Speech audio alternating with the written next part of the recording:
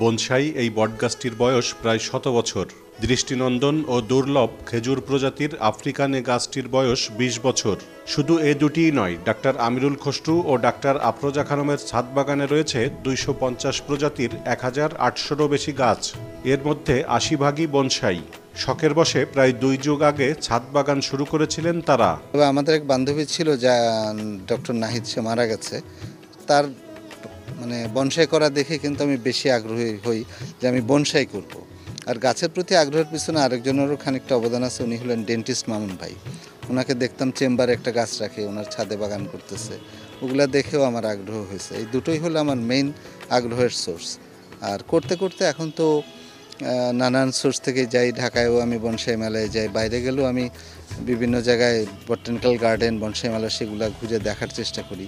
সব মিলে এখন একটা পর্যায়ে পৌঁছে গেছে। আর তাছাড়া আমি তো চাকরি থেকে অবসর নিয়েছি, এখন আমার সময়ও একটু বেশি, ফলে অবসরের পরে এদিকটা আমি বেশি সময় দিতে পারি। এটা প্রকৃতি সংরক্ষণ করার জন্য করি।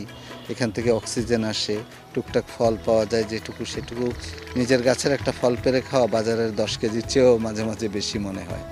তো এইসবও আরেকটা দিক আর কি, যে আমরা অক্সিজেন পাচ্ছি, কার্বন ডাইঅক্সাইড নিয়ে যাচ্ছে। এখানে ঘুরতে আসলে সবারই মন ভালো হয়, আমারটাও হয়, যারা এখানে বেড়াতে আসে তাদেরটাও হয়। সব মিলে একটা মানসিক প্রশস্তি বা প্রশান্তিরও একটা সুযোগ সৃষ্টি করছে ছাদ বাগান। দৃষ্টিনন্দন এবং আমাদের যেটা ভালো লাগে সেটা করি। তার মধ্যে কিছু ফল টল হয়, যেমন পেয়ারা, নিজের গাছের পেয়ারা যখন পেড়ে ডাইনিং টেবিলে বসে সবাই খাই বা এখানেই খাই, তখন খুব ভালো লাগে। আপনি তো সবসময় বাইরে যেতে পারছেন না, ঘরের মধ্যে থেকেই আপনি একটা ভালো সুন্দর বিনোদন পাচ্ছেন। সবাই মিলে ছাদে ঘুরছেন, একটা পরিবেশ যেটা প্রকৃতির একদম ন্যাচারাল, যে অক্সিজেনের যে ঘাটতিগুলো, সেগুলোও আমরা অনেকটা এখানে যদি হাঁটাহাঁটি করে পেতে পারি। মৌমাছি, পাখি, প্রজাপতি, এগুলোও কিন্তু প্রচুর আসে আমাদের এখানে। তার মানে আমরা হচ্ছে কি প্রকৃতির অনেক কাছে থাকি, যদিও আমরা শহরের মধ্যে আছি। অবসর সময়ে গাছপালার পরিচর্যা করেন তারা। এছাড়া রয়েছে 2 জন কর্মচারী।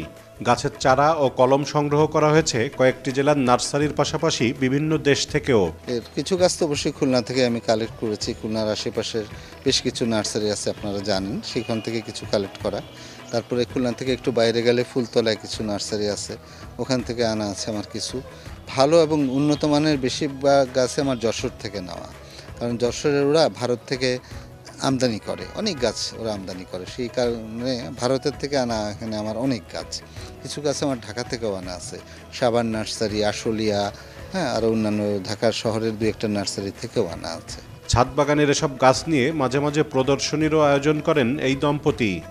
মামুন রেজা, চ্যানেল 24, খুলনা।